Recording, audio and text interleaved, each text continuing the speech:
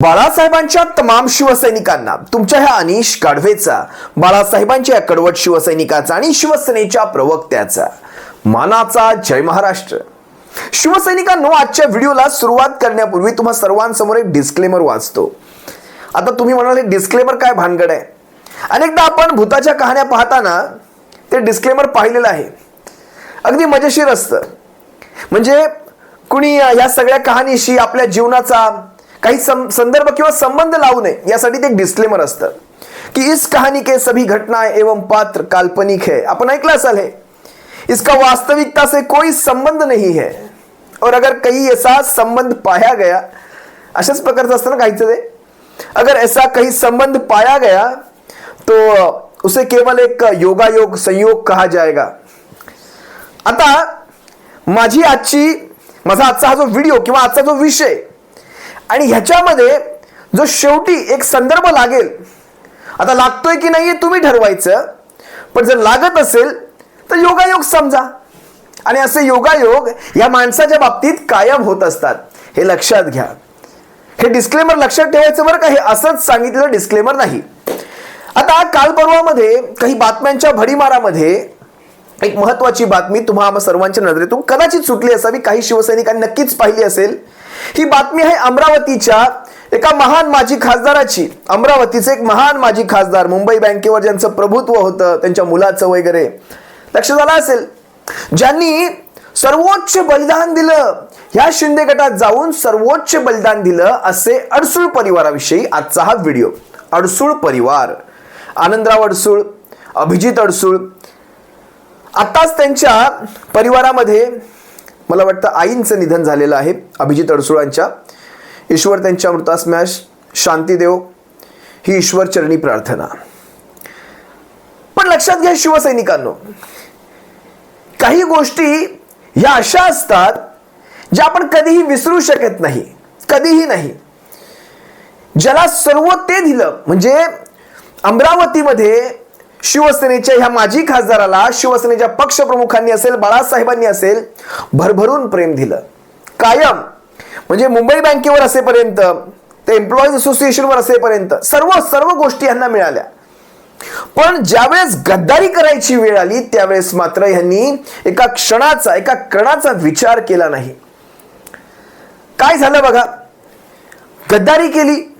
यांना माहित होतं अमरावतीचे खासदार बंटी बबली पैकी ही इकडून वाचते, जी मागच्या वेळेस काँग्रेस राष्ट्रवादी काँग्रेसमुळे निवडून आली होती, त्यांच्या पाठिंब्यावर ही अपक्ष खासदार निवडून आली होती. बरं, काँग्रेस राष्ट्रवादी काँग्रेसची महानता पहा, तिला तिच्या अपक्ष चिन्हावर लढू दिलं, तिच्या पक्षाच्या नावावर लढू दिलं. पण ह्या भाजपाने काय केलं, इकडून जरी वाजत असली तरी तिला भाजपामध्ये प्रवेश करायला सांगितला आणि भाजपाच्या कमळ ह्या चिन्हावर तिला लढवलं, तरी देखील तिचा पराभव झाला. आता तिला काय तो हावडा बसायचा, तो बसला अमरावतीमध्ये. आमच्या ठाकूरताई आहेत तिथे, त्यानंतर आमचे वानखडे साहेब, जो द्यायचा आहे तो हाबाडा दिला. विषय तो नाही.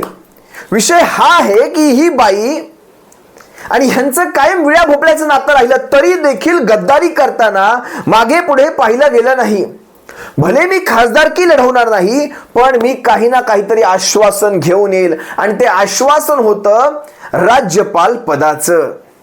बरं, हे आश्वासन कुणी दिलं माहितीये का? हे आश्वासन देणारे होते मोठा भाई. तुम्ही समजलात मोठा भाई कोण? अमित शहांनी हे आश्वासन दिलं. बरं, हे सांगताय कोण? आपण नाही सांगत, आम्ही नाही सांगत. हे आश्वासन त्यांनी मोठा भाईंनी दिलं, हे स्वतः अभिजित अडसूळ सांगतायत. कारण काल परवामध्ये राज्यपालांच्या नियुक्त्या झाल्या, त्यामध्ये आनंदराव अडसूळांचं नाव कुठे आलं नाही. पत्रकारांनी थेट छेडलं, आणि पत्रकार पण चांगलाच बिलंदर बरं का. पत्रकारांनी थेट विचारलं, आता काय भूमिका? आता आम्ही संन्यास घ्यायचा का? आता आम्ही काय? गद्दारीनंतर हीच तुमची प्रायश्चित्त. गद्दारी केल्यानंतर वेगळ्या कुठल्याही गोष्टीची अपेक्षा ठेवू नका. गद्दारी केल्यानंतर प्रायश्चित्त हेच. तुम्ही संन्यास घ्या, राजकारण सोडा, नाहीतर काय करायचंय ते करा. गद्दारीनंतर तुमची अवस्था आता ही पुढच्या ठेच मागचा शाणा.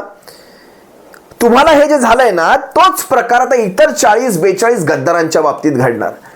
मोठा भाईने शब्द दिलाय. आता मागाचं डिस्क्लेमर थोडंसं तुम्हाला आठवावं लागेल, कारण आता पुढचा जो प्रसंग मी तुम्हाला सांगणार हे असंच आहे.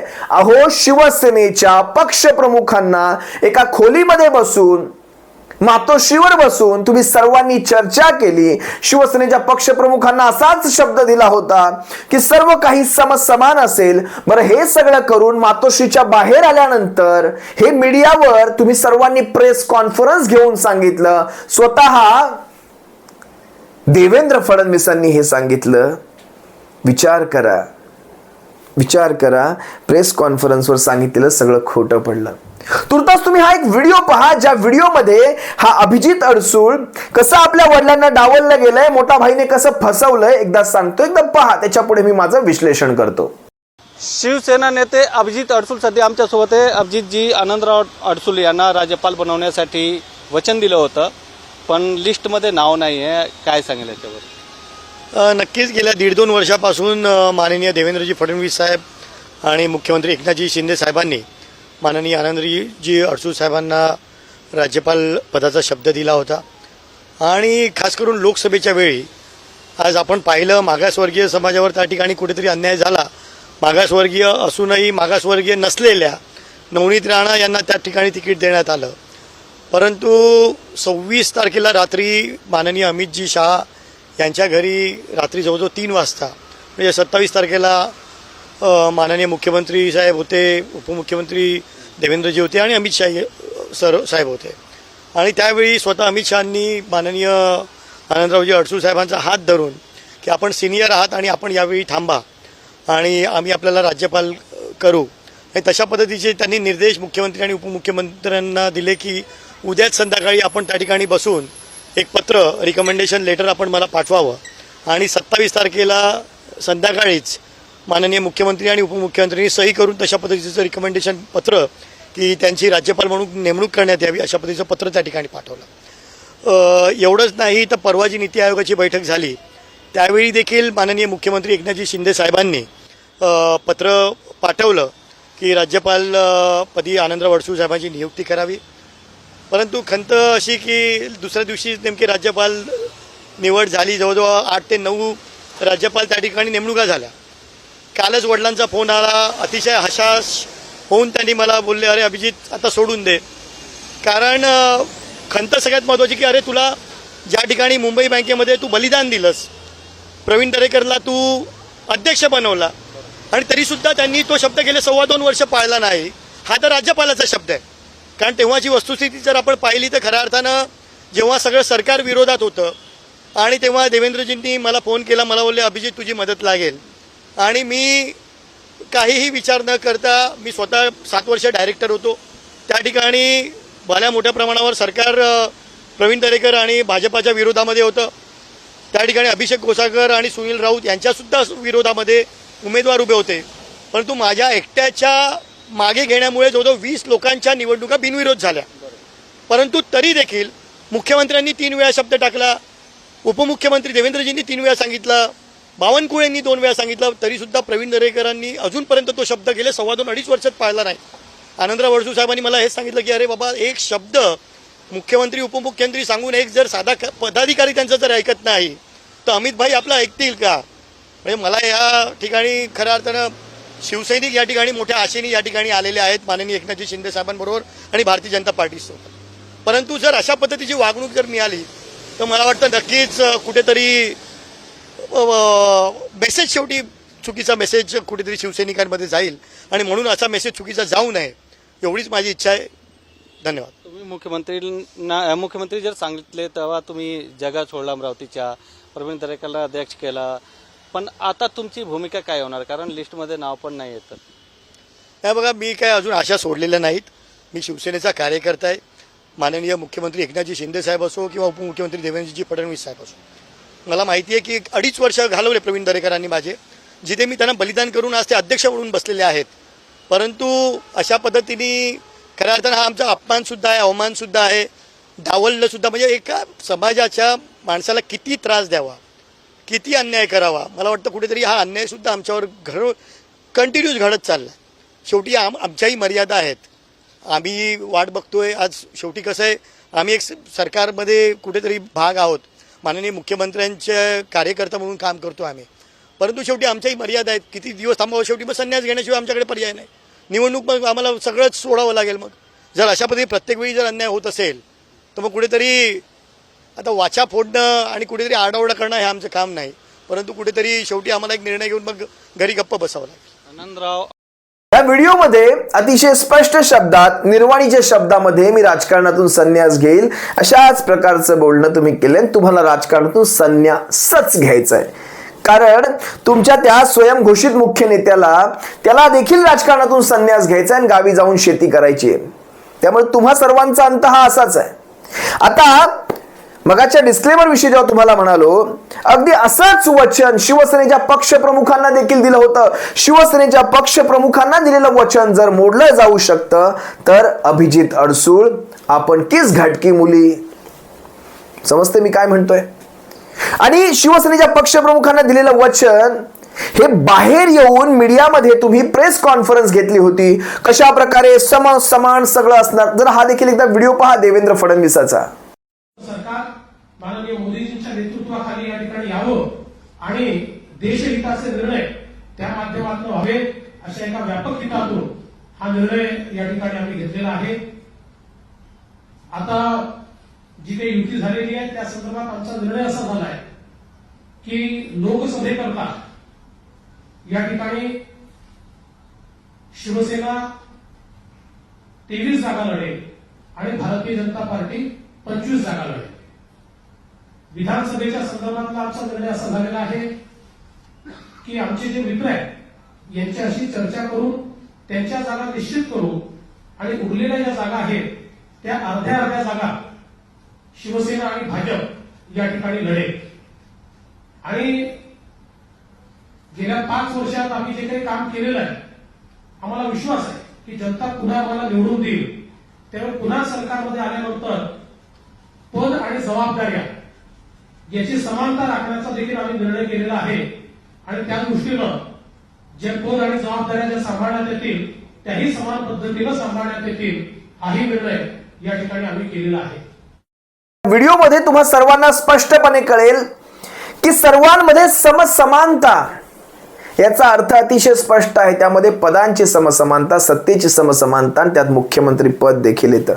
प्रत्येक गोष्ट आपण सांगू शकत नाही की हे मंत्रीपद आम्हाला लागेल ते असं नसतं. सगळ्या समसमान पदांची समसमानता. स्वतः शिवसेनेचे पक्षप्रमुख त्यावेळेस ज्यावेळेस ही बैठक संपली बाहेर आले, कारण युती मोडलेली होती 2014 मध्ये. 19ला जर युती करायची आहे तर या सगळ्या गोष्टी शिवसैनिकांशी मला बोलाव्या लागतील. माझ्या शिवसैनिकांना विचारल्याशिवाय मी कुठलाही निर्णय घेणार नाही. बाहेर येऊन शिवसेनेच्या पक्षप्रमुखांनी त्यावेळेस मला आठवतंय ईशान्य मुंबईची बरेच शिवसैनिक तिथे होते. त्या सर्वांमध्ये मला काही चेहरे आठवतात, विशेषतः रमेशभाई कोरगावकर शिवसेनेचे विद्यमान आमदार भांडूप विधानसभेचे. मला शिशिर शिंदे देखील आठवत आहेत. शिशिर शिंदे तिथे उभे होते आणि त्यांच्या सर्वांच्या समोर शिवसेनेच्या पक्षप्रमुखांनी सांगितलं मी अशा अटींवर पुन्हा युती करतोय, तुम्हाला मंजूर आहे का? त्यांनी अटी देखील सांगितल्या. सर्वांमध्ये समसमानता. मी हा देखील एक व्हिडिओ तुम्हाला दाखवतो. हा व्हिडिओ पहा, त्यात तुम्हाला सर्वांना कळेल मला काय सांगायचं आहे. युतीची 25 वर्षाची अधिक सत्ता होती नव्हती पण सुखाची होती, कारण आपल्यामध्ये तशी काही खेचाताणी नव्हती. आणि म्हणून मला असं वाटतं काल जो आपण काही निर्णय घेतला त्याच्यामध्ये आपण लोकसभेच्या 22 जागा लढत होतो, त्याच्यात आणखीन एक वाढून घेतलेली आहे. त्याच्यानंतर जे मुद्दे आपण उचलले होते त्याचा निकाल आपण लावलेला. मग शेतकऱ्यांचा असेल, आपला 500 फुटांचा आहे, नाणारचा मुद्दा आहे, अशा बऱ्याच गोष्टी आहेत. आणि सगळ्यात महत्वाचं म्हणजे मुख्यमंत्री जे बोलले त्याचा अर्थ तुम्हाला नीट कळला का? समान जागा नाही, समान जागा नाही, समान जागा, समान न्याय नाही, समान जागा आणि जबाबदाऱ्यांच्या अधिकाराचा समान वाटप. याचा अर्थ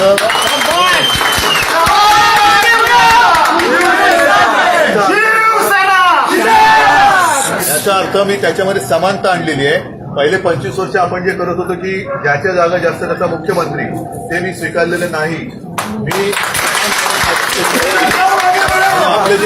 आपले जे स्वप्न आहे की आपला मुख्यमंत्री झाला पाहिजे, या सगळ्या गोष्टी एक असं नेहमी म्हणतो आपण की युद्धात जिंकले आणि तळात हरलो. मला माहित नाही हा तह असेल तर तहात हरलोय की जिंकले तुम्ही ठरवायचं.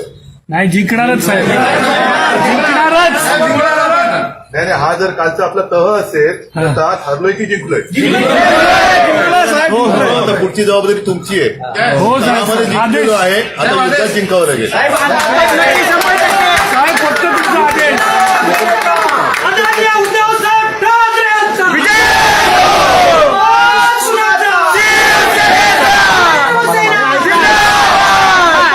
आदेश मी अर्थातच शिवसेना प्रमुखांचा पुत्र म्हटल्यानंतर जे काय मी करेन ते माझ्या शिवसैनिकाच्या हिताचं करेन.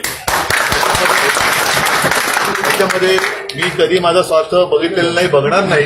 आणि शिवसैनिकाच्या आयुष्यात सुद्धा किती नुसतं संघर्ष करत बसायचं, त्याला लावायचं. मी लढ म्हटलं तर तुम्ही लढायची तयारी तुमची आहे. तुमच्या भरोश्यावरतीच जे काय करतोय ते मी करू शकतोय. म्हणून हा विश्वास हे प्रेम असंच ठेवा आणि असंच राहणार, त्या भरोश्यावरतीच मी शिवसेना आणि या व्हिडिओमध्ये शिवसेनेच्या पक्षप्रमुखांनी थेट सांगितलं. आणि ज्यावेळेस शिवसैनिक हल्लकल्लोळ करत होते त्यावेळेस त्यांनी सांगितलं जरा शांत बसा आणि नीटपणे ऐका, मी काय सांगतोय ते तुम्हाला मंजूर आहे का. एवढं स्पष्ट सांगितल्यानंतर देखील जर बाहेर येऊन हे सांगत असतील की नाही असा कुठला शब्दच दिला नव्हता. शिवसैनिक काही दूधखोळे नाहीत आणि शिवसेनेचे पक्षप्रमुख आहेत ते. त्यांनी आपल्या वडिलांची, शिवसेना प्रमुखांची, वंदनीय हिंदुहृदय सम्राट बाळासाहेब ठाकरेंची शपथ घेतली, मासाहेबांची शपथ घेतली आणि त्यांनी सांगितलं होय मला असा शब्द दिला होता. शपथेवर सांगितलं. जर तुम्ही खरे असाल तर तुम्ही तुमच्या आई वडिलांची शपथ घेऊन सांगा की होय असा शब्द आम्ही दिला नव्हता. घ्या शपथ, सांगा असा शब्द आम्ही दिला नव्हता. पण अजूनही एकाही माईच्या लालाने शपथ घेतली नाही. चला तेवढं तुम्ही ते तुमच्यातला सद्गुण दाखवलात. शपथेवर खोटं बोलता येत नाही कमीत कमी. असो, हे अशा प्रकारचे दोन प्रसंग जुळतात. कशा प्रकारे अडसुळांना त्यांनी बनवलं का, तर कमीत कमी अमरावतीची सीट निघून जावी. आज त्यांचा निवडून आला नाही म्हणून गोष्ट वेगळी, पण आज विचार करा त्यांनाही दिलेला शब्द फिरवला आणि हे स्वतः अभिजित अडसूळ सांगतायत. आणि हेच आपण शिवसेनेचे पक्षप्रमुख आपण हेच तर सांगत होतो की भारतीय जनता पक्ष कधीही शब्द पाळत नहीं. इस धारावाहिक के सभी घटना एवं पात्र जरी काल्पनिक असले तरी याचा वास्तविकतेशी संबंध आहे. अगर यदि कहीं इस घटना का संबंध किससे पाया जाता तो पाया जा रहा है, उसका और इसका.